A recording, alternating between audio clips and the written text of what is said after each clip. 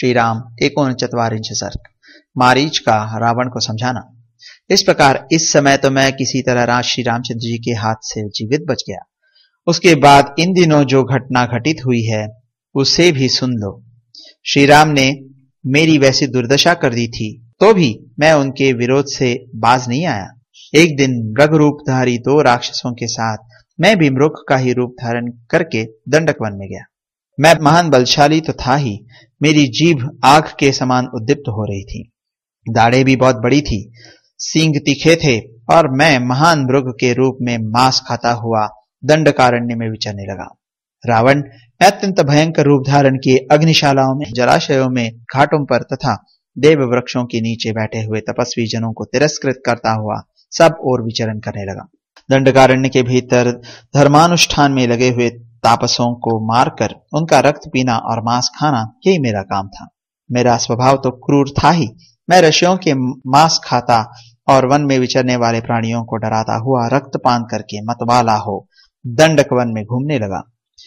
इस प्रकार उस समय दंडकारण्य में विचरता हुआ धर्म को कलंकित करने वाला मैं मारीच, तापस धर्म का आश्रय लेने वाले श्री राम, विदेह नंदिनी महाभागा सीता तथा मिताहारी तपस्वी के रूप में समस्त प्राणियों के हित में तत्पर रहने वाले महारथी लक्ष्मण के पास जा पहुंचा।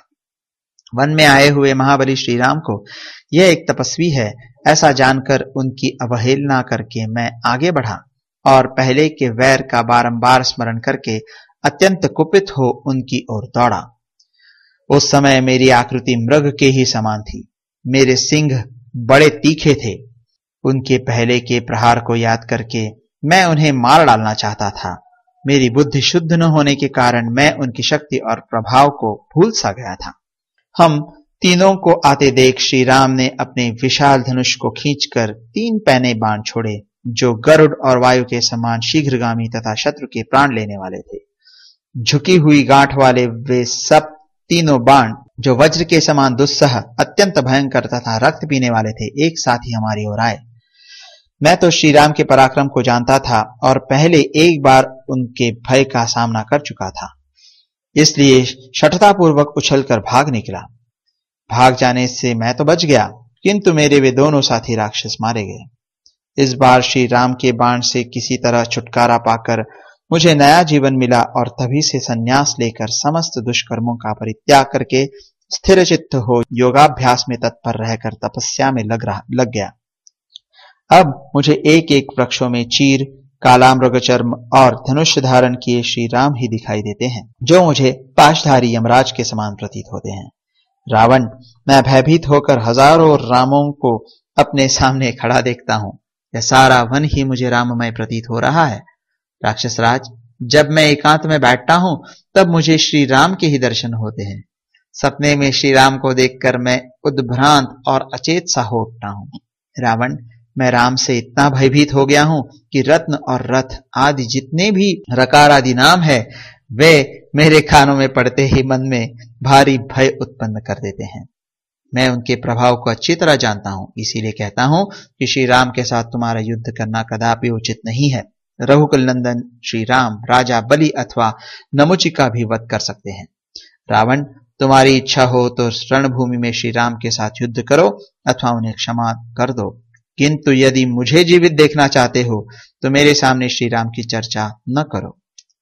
लोक में बहुत से साधु पुरुष जो योग युक्त होकर केवल धर्म के अनुष्ठान में लगे रहते हैं, दूसरों के अपराध से ही परिकरों सहित नष्ट हो जाते हैं।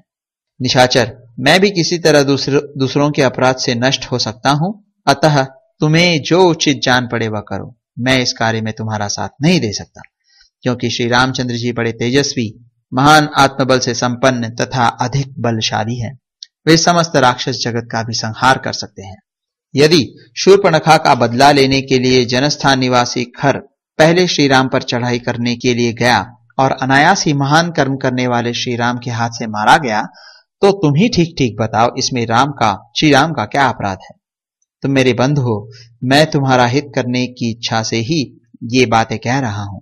यदि नहीं मानोगे तो युद्ध में आज राम के सीधे जाने वाले बाणों द्वारा घायल होकर तुम्हें बंधु बांधवों सहित प्राणों का परित्याग करना पड़ेगा।